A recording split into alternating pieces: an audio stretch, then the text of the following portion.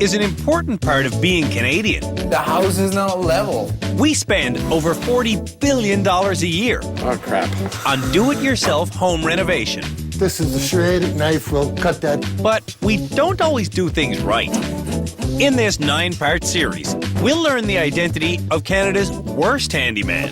Jesus. By watching our nation's lousiest amateur builders each create the status symbol of northern civility, the shed. Let's face it, it's a Canadian icon. So we're letting Canada's worst handymen each make one of their own. Theirs, though, will be eco-sheds, constructed from reclaimed lumber and environmentally friendly building supply products made from old car tires, discarded blue jeans, and recycled glass. I've never worked so hard in my life. When they finish, their eco-sheds will be fully wired and powered by solar energy. Or should I say, if they finish. This is Canada's worst handyman.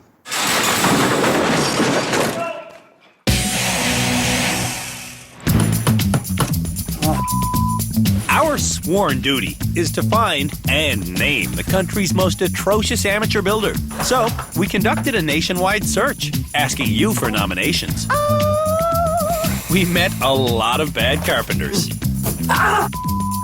And we've narrowed it down to these 5. Candace from Calgary was nominated as the country's lousiest do-it-yourselfer by her husband, Justin. I hang pictures with thumbtacks. They hold up pictures just fine. Terry from Sault Ste. Marie was named by his pal, Harvey. This is the level I use to level my patio. Jeff from Mississauga was brought to us by fireman Fred. This is the hole in the wall that I fixed by using masking tape and a old CD. Ruth from Saskatchewan got the nomination from her daughter, Michelle. They are a bit tilted, but if you notice, I put the bigger books in, the smaller ones there, so it fools the eye and it looks straight. And Jaime was lovingly called Canada's worst handyman by his mother-in-law, Sheila. And this is the baby's room closet door. In the comfort of their own homes, we had each of these talentless architects design their dream eco-shed. Step 2, design your shed roof. Oh, God. Then they drew their sheds. Then they made a birdhouse-sized replica of their sheds using their first ecologically friendly product, precious, 1-century-old barn board. Couldn't have picked any crappier wood. Ruth starts by tilting her head so she can see straight. It's not straight. It looks straight to me. That's not straight. Ruth doesn't think straight. I don't know what I'm going to do. What are you doing? Well, I was going to do that, but anyway. Goggles. I got goggles. When Ruth starts assembling the pieces, she uses huge screws and she doesn't drill pilot holes. It's breaking the wall. She doesn't watch what she's doing. And she doesn't learn her lesson. Just splitting. You got the wrong bit in that screw I thing. haven't. No, I don't. Oh, jeez.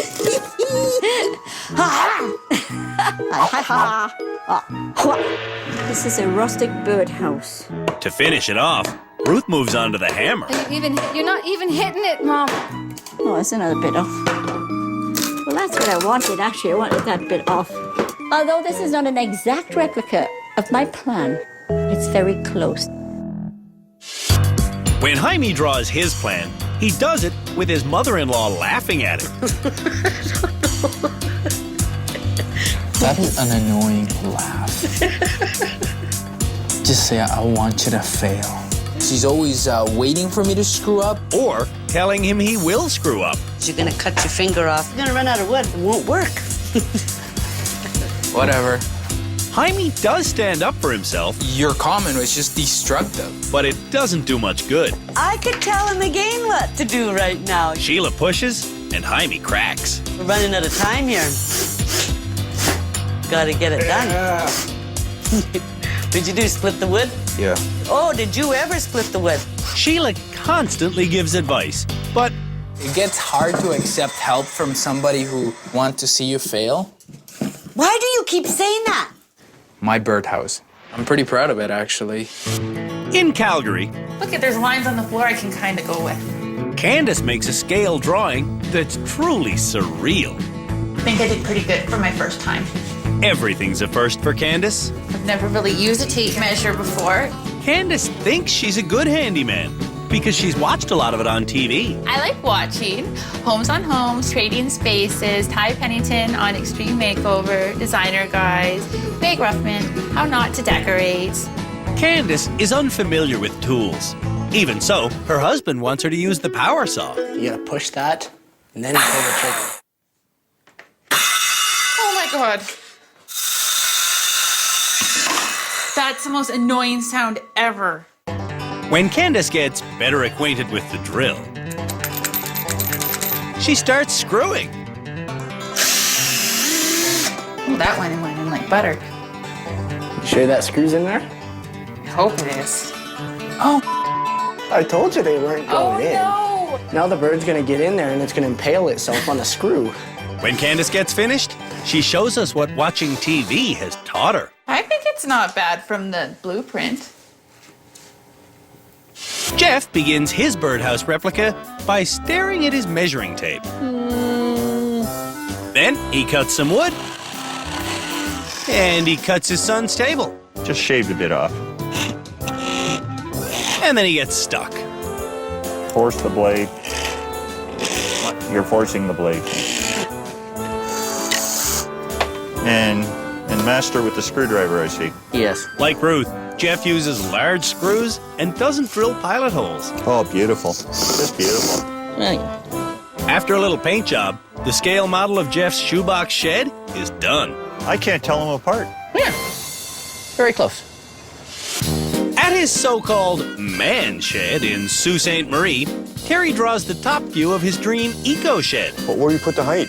We'd have to do it in 3D. Okay. How do you do 3D? In his rush to cut the wood, Terry splits it. Son of Instead of putting it back together, he nails it to the deck. Nailed it to the deck. Then he does it again.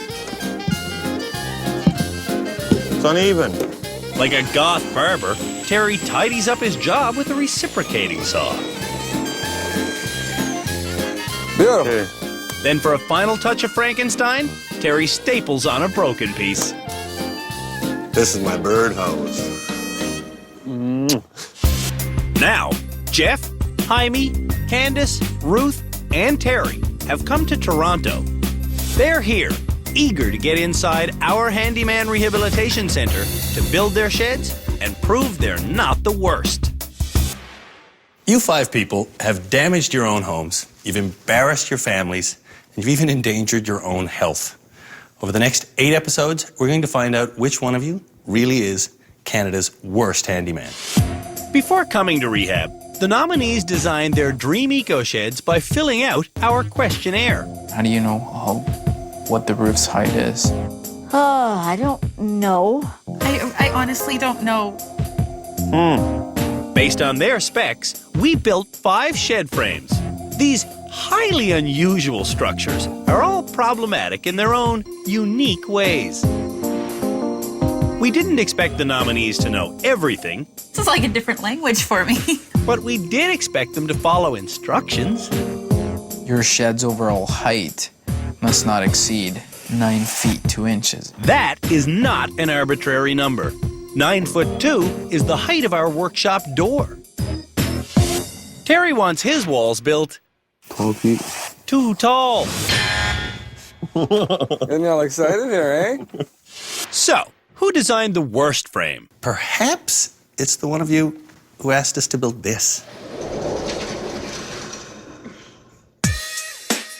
This shed looks like a prison cell. Parts of it look familiar, but parts of it really don't. These super tight studs are what Candace recognizes. Between my wall studs is 6 inches. That sounds good. I thought that would be good and sturdy. Oh, it's sturdy. Almost 3 times too sturdy. This is a serious waste of wood. Good building requires understanding the basic language of construction. So you understand the idea of a length and a width? Yes. Okay, so you wrote down here that you want the length of your frame to be 7'4" by 10. Well, that's 2 dimensions. Yeah. See, I don't really deal a lot with feet and inches in anything I do. I really had no clue. That makes no sense.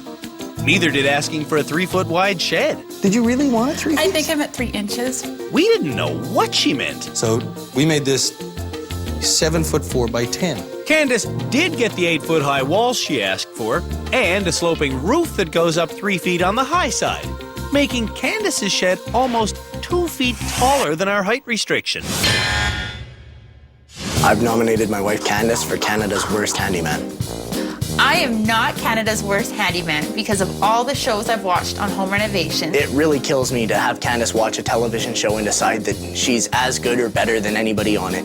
Candace even thinks she's a better handyman than Justin, and he's a construction worker. The whole thing's gonna just pop out of the wall again. That was all my work. Every day of my life, I work with tools, I work with my hands. He does sheet metal. Which to Candace means he's a mindless workhorse. I don't mean he's stupid. Well, I'm just saying I'm smarter than him. I'd actually like a little bit more respect. Justin has an ego and he thinks he knows everything. I'm not the only one with an ego there, little lady. This is my toolbox. I have a splitter, some wire, some little itty-bitty light bulbs. What Candace has in her gift box is basically household junk. That's pretty much it. I have a hammer, but it can't fit in the box. I'm looking forward to sitting back, relaxing, and getting a couple of laughs out of watching Candace. Deep down, he knows that I will do very well, and he's scared of that. Justin gets his first laugh upon seeing his wife's house of studs. Why are you laughing at it? How come you made the studs so close? I wasn't quite sure how far apart they should be, but this actually is pretty good. After the break, we'll look at a much bigger framing problem. Where's the roof?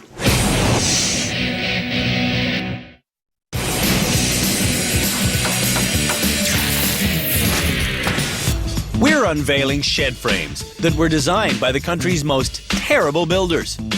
Over the next 15 days, these 5 horrid craftsmen will transform their studs and rafters into state-of-the-art eco-sheds. When they're done, whoever's most deserving will be named Canada's Worst Handyman. 1, 2, heat!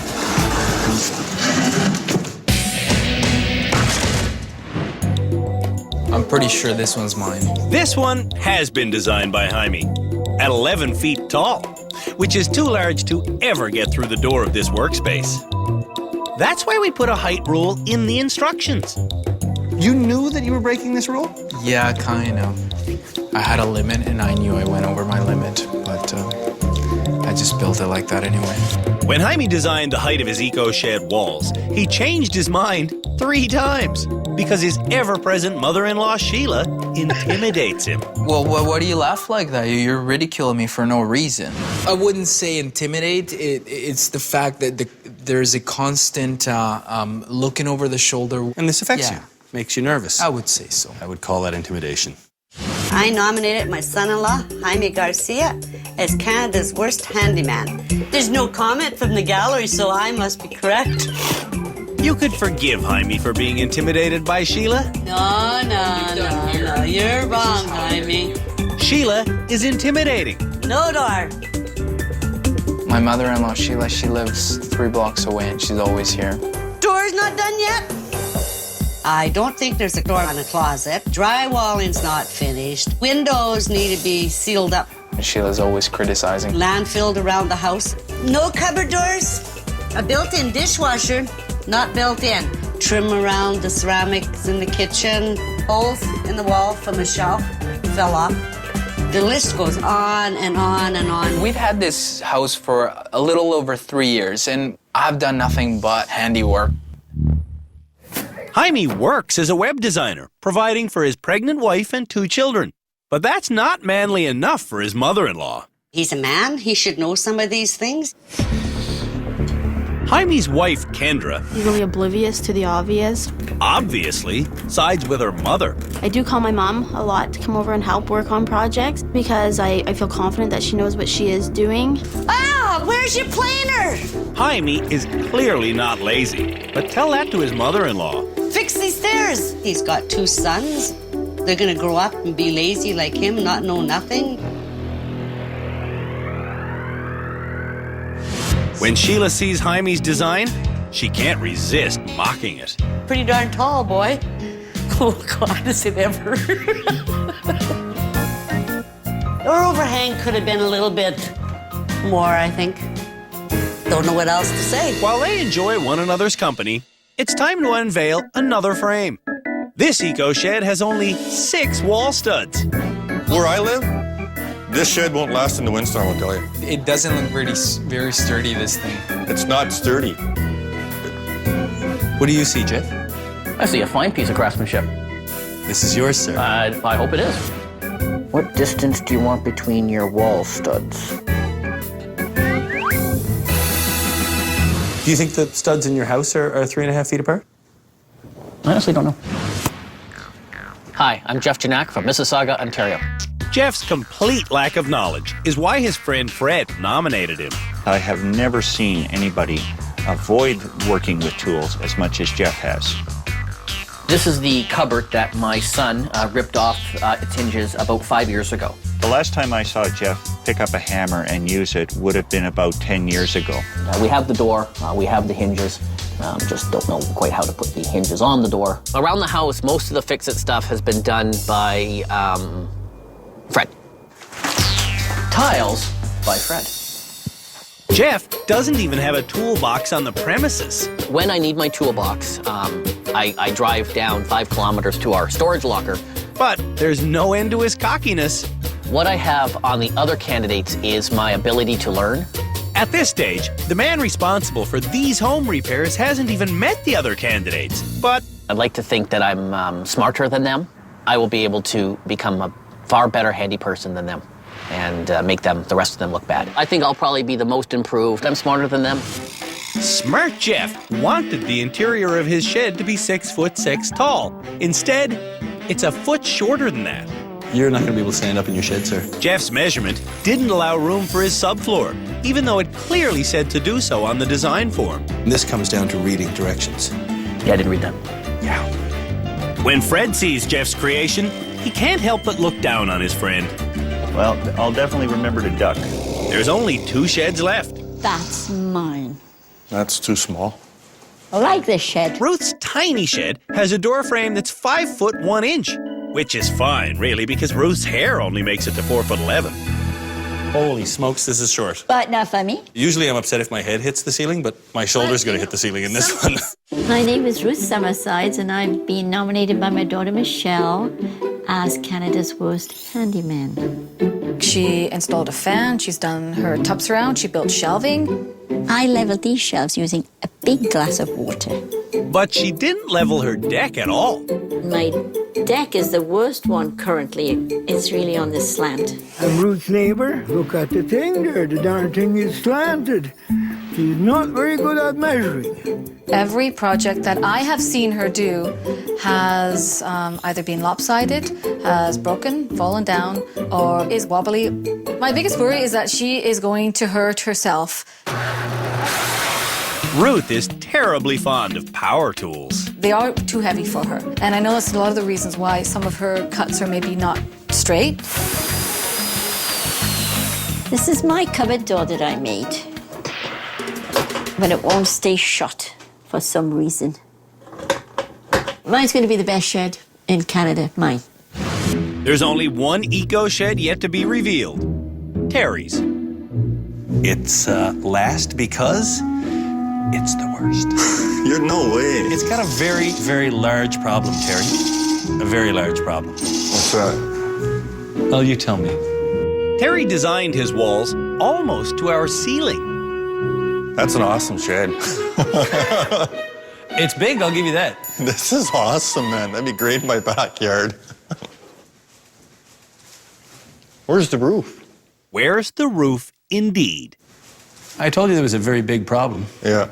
No roof. No roof. This is Terry's design plan. Design your shed's roof. You have the option to pick either A, slanted, B, flat, C, peaked. You picked them all. Yeah, I know. We didn't know where to start with your shed. Putting a roof on this barn would be pointless anyways. It's too tall to get through the door of our warehouse. You knew it, too, that you were building it oversized. Well, a little bit, yeah. Terry likes his big shed, but he can't keep it. This is just too much shed for one man. We're gonna take half of your shed. Of the two halves, this one will be taken apart and rebuilt by us perfectly. And this one, Terry, is yours. You can live with this? Oh, yeah, I can live with this. Terry can live with almost anything. This is the ultimate man shed. And it was built entirely by Terry. How can he be on Canada's Worst Handyman if he did this? Well, he did it wrong. Harvey Houle nominated Terry as Canada's worst handyman because this leaky, drafty, not level man shed has floors for walls. I built my shed out of material that's supposed to be for floors. Terry's man shed is actually more like a woman's shoe closet for tools. Yeah, I just buy, stuff that's on sale. It's full of expensive, never-worn items. I buy, tools that aren't on sale. Waiting for just the right occasion to be taken out of the box. I don't need it, but I just bought it just because it was on sale. I bought a grinder, and I never used it. I bought a top and die set. It was on sale. I never used it. I don't know how to use it. Obviously, Terry's real hobby isn't handiwork. It's shopping. They're all on sale, like they're half off. I bought that laser thing there. What's that? Well, I bought a measuring tape that has some marks on it that tells you dummy tape. The dummy tape, yeah. But Terry's no dummy, so he measured the shed with this. I measured the walls for the shed using a piece of string. I bought this on sale. I never used it. My wife gave me a limit to spend. I can retire now. At the rehabilitation center, Terry wants to learn enough skills to justify buying more tools. That's crazy. What's the matter? It's big. Yeah. I didn't think 12 feet was that high. How tall did you think 12 feet was? I don't know. I didn't think 12 feet was that high, but in reality, I guess it is. After the break, Candace learns the best way to nail. So I have to hammer the nails in then? Oh, no, you can drive it in with your thumb if you want.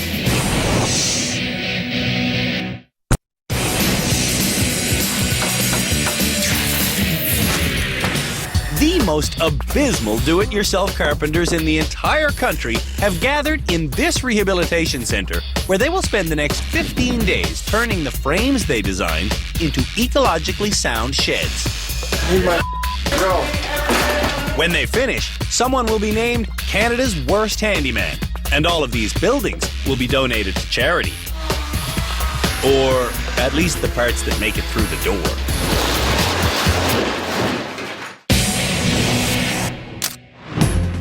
Before we let Canada's worst handymen loose on their eco sheds, we're going to evaluate their skill levels by asking them to cut a 14-foot board into 3 equal lengths. Then they have to screw and nail those 3 boards together. When they're done, it should look just like that. The finished post will be used to support the birdhouses the bad handyman brought from home. You don't have a dummy tape, do you? Terry's first to do the math. 5, 10, 15, that's too much. He does some quick calculations in his head 14 times 3. and marks the board. Close enough. But on second inspection, he changes the mark. That can't be right. Temporarily. 56 maybe? Through trial and error, Terry learns each piece should be 4 foot 8 inches. So he makes 2 quick cuts and attaches the boards together without a hitch. Terry took 12.5 minutes, and except for long division, seemed to know what he was doing. Jeff doesn't know what he's doing. That becomes quite apparent when he stares at the measuring tape for a long time.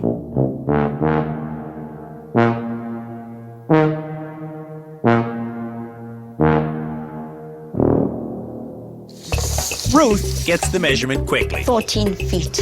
And Candace does the elementary school math. So it would be... top of my head, 50. slowly. Oh, let's divide it into 3 equal pieces. Jaime's strategy is to cut the board slightly short, then use it to measure the next 2 pieces.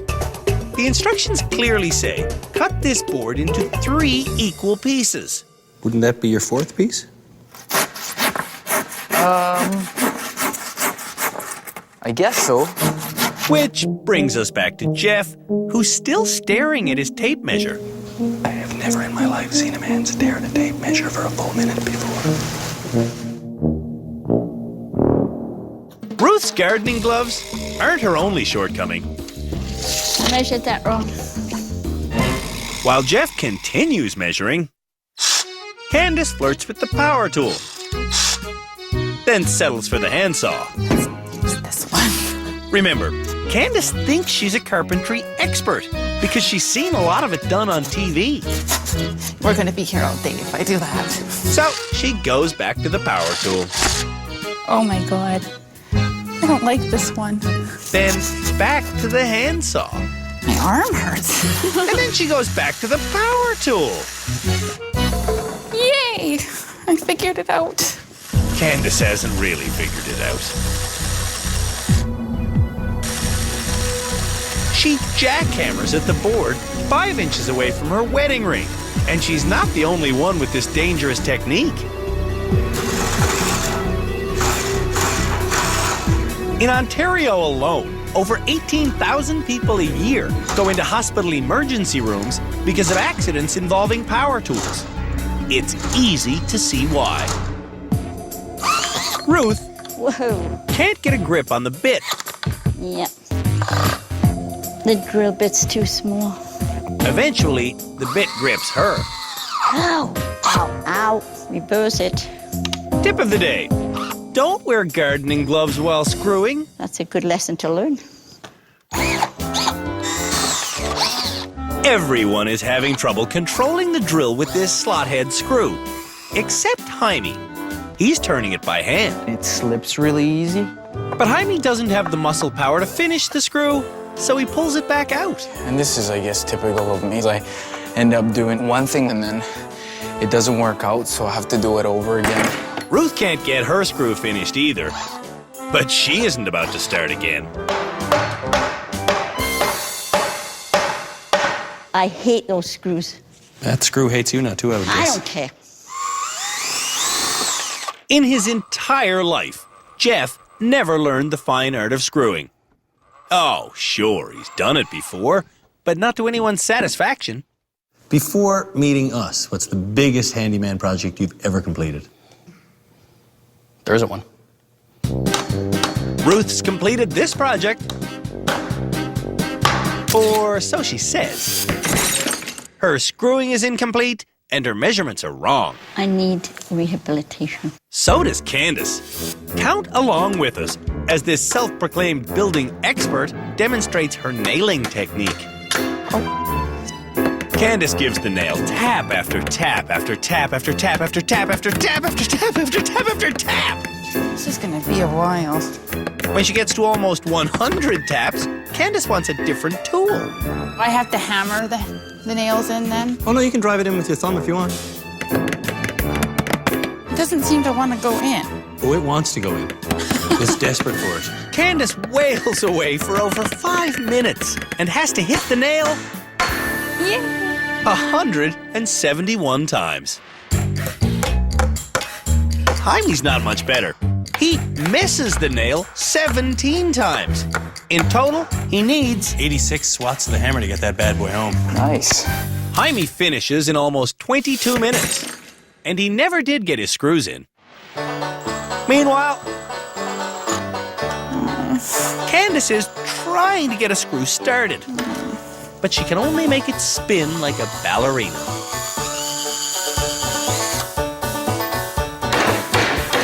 Jeff makes a mess of his hammering.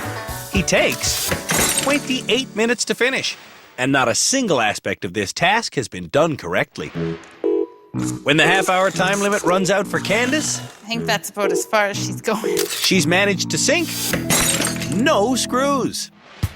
With the posts done, it's time for the bad handymen to mount their birdhouses. Why is that bottom board so wobbly? The whole thing's wobbly. Oh, Mother, I'm getting out of the way. About as good as your shed. When we come back, Canada's worst handymen get down to building. Is it hitting? No, you missed the wood completely.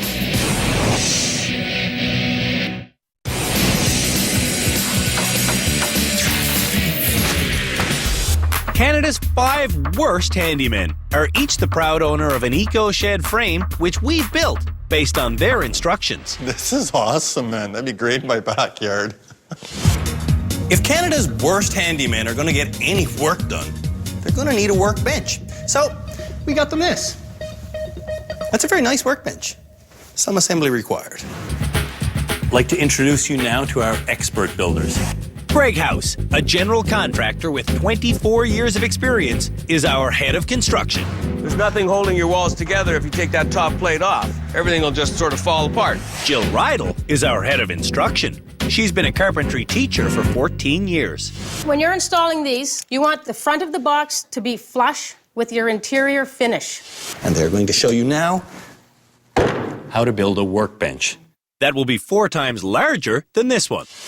We've already pre-cut the wood, so assembly is a simple 4-step process. Do you want to come around, Candace? You can come around.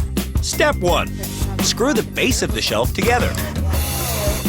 Step 2, attach it to the legs. This is going on the flat.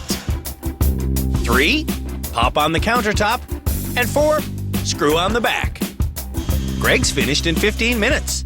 And this is exactly how your workbench should look when you're done. Y'all have 1.5 hours to pull this off. Start now, please.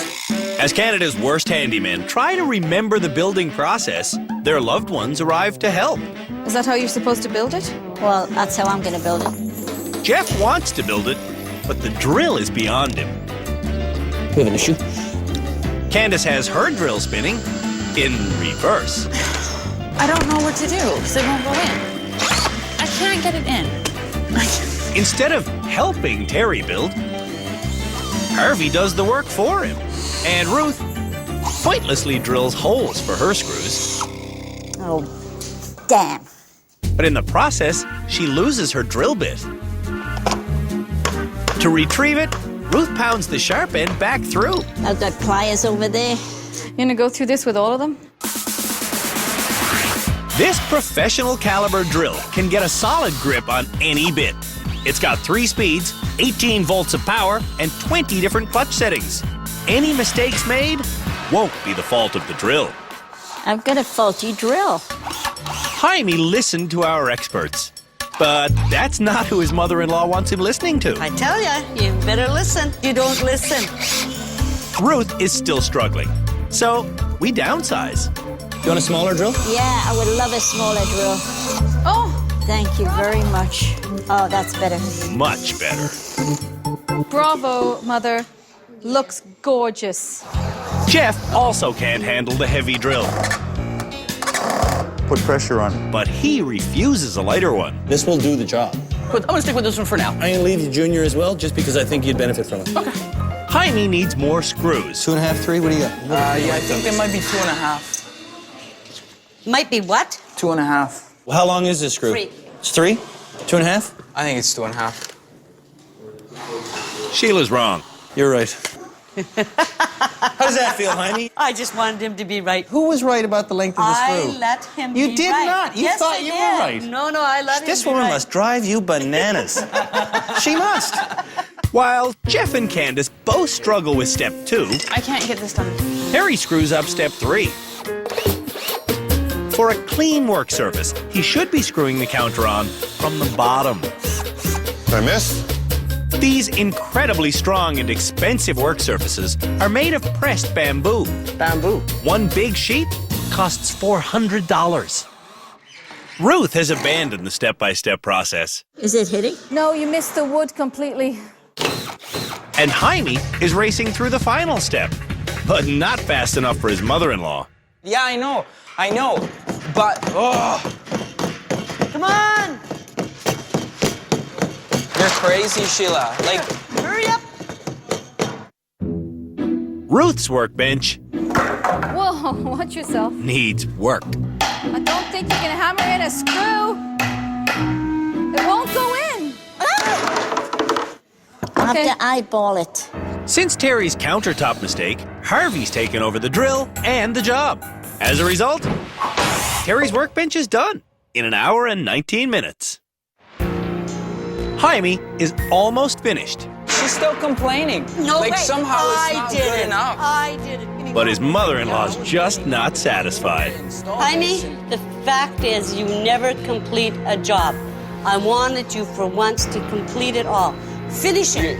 You're clean up and then Finish you don't it. clean up and then you... I'm going to do you a big favor. I'm going to get this woman the hell out of here. Get out of here. Get out of here. No, make Get sure out of here. Right on. I like that. But Sheila doesn't. He told me that he didn't want us to fight. And I said, we're not going to fight, Jaime, as long as you listen to me. If you don't listen to me, all war is going to break out. Left to his own devices, Jaime finishes in 1 hour and 23 minutes.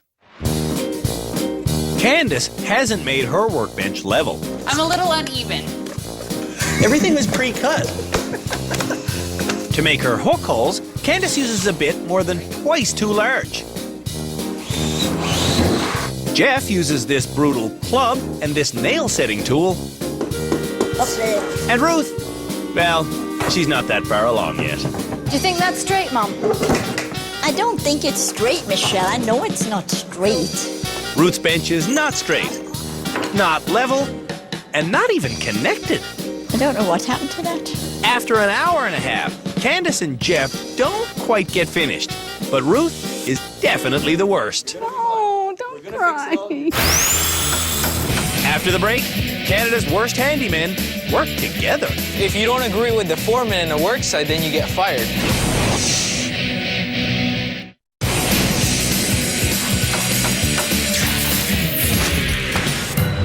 Canada's worst handymen know they're being judged on how well they can build an eco-shed. But they don't know these buildings have already been auctioned off. All of the money is going to go to Habitat for Humanity, and all of the sheds are going to go to the highest bidders in the back of a flatbed truck. Or perhaps in a dumpster. We don't really know.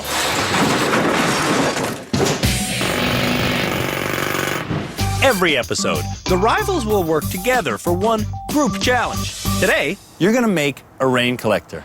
this old warehouse has no working plumbing, and some of the upcoming projects need water. So, our handymen are going to make a rain collector. The collector will be a giant funnel made from plastic piping and these T-connectors. Having the T-connectors pointing down at an angle means more length of hose can be placed this way, acting as structural ribs.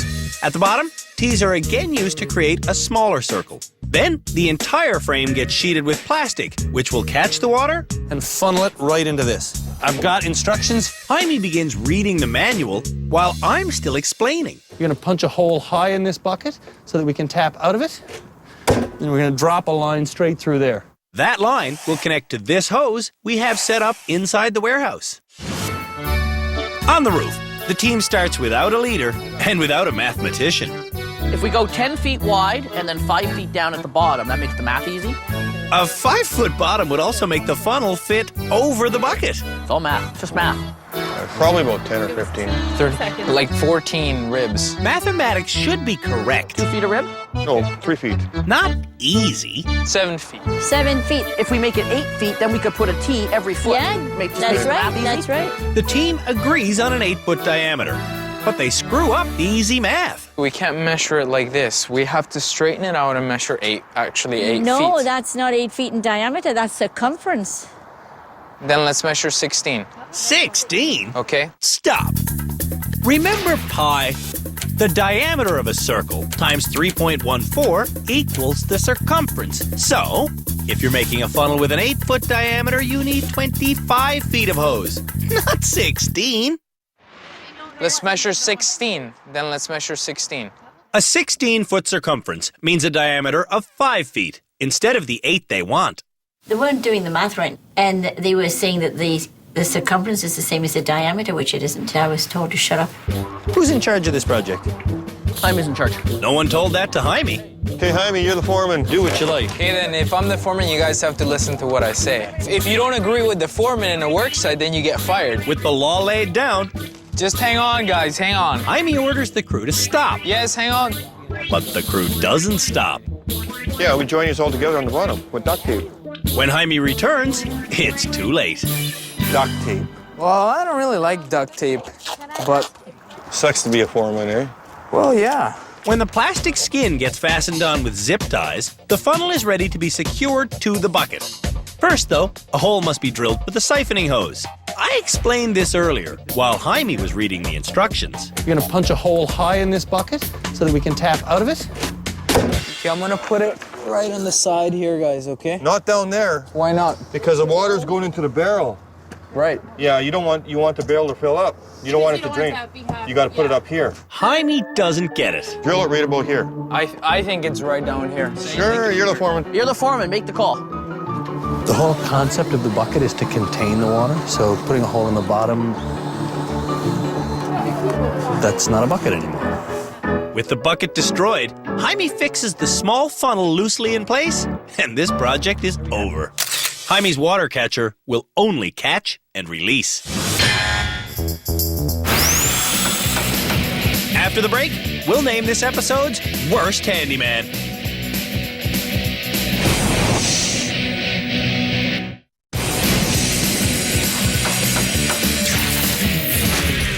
It's time for the experts and I to make a final inspection of the workbenches and sheds created by the nominees for Canada's Worst Handyman. It's way overbuilt. This ain't going nowhere. Our job is to determine who has been the most improved handyman in this opening episode and who has been the worst. 5 really bad handymen. Yeah. First smell, which one's worst? Jaime. Candace at the bottom, Terry at the top, the rest in between. For my money, the worst is either Candace or Terry. Candace because everything she did was wrong. Terry because he so colossally screwed up the shed in design. We reach consensus, the nominees gather, and I start with the good news. Jeff, you showed up here saying that you had never managed to accomplish a single handyman task in your entire life. So just by the virtue of the fact that you managed to nail 3 boards together, you're the most improved handyman here. Wow. And with that comes the responsibility of wearing that tool belt which represents the foreman in the group challenge. You're it next time. They're going to be doing your bidding. Now, it's time to name the worst. The worst in this first episode is the person who completely screwed up their shed design, the person who completely failed at their skills test, and the person who did the least work of anyone today in the yard challenge. I'm talking about...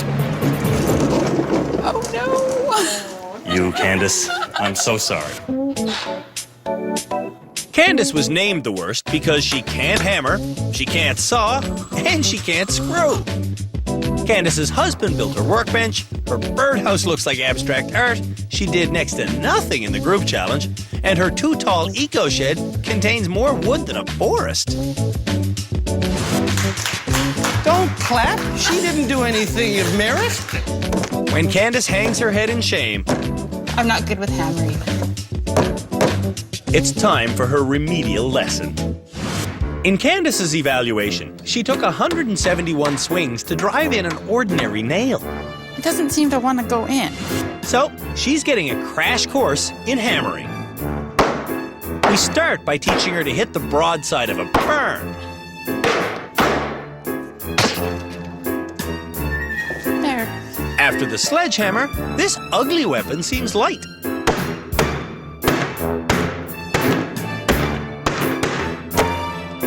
For the final test, Candace picks up a normal hammer. You're not getting out of here until you knock one of these nails in 10 or less strokes. 1, 2. Oh, does it count if I miss it? Absolutely. 3, 4, 5. Oh. As time wears on, it becomes apparent 10 strokes or less is too ambitious. I have horrible aim.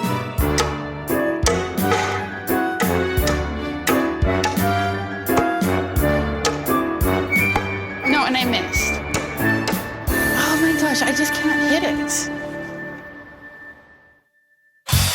On the next episode of Canada's Worst Handyman. Remember, electricity kills. Our nominees wire their eco sheds. Oh, get the out of here. What the hell the Look big at deal is? lean's too short. Hook up solar panels. I don't think that's how it works. So we'll just go like that, I guess. And build a brick barbecue. We'll put more butter than that in a slice of bread for a prisoner.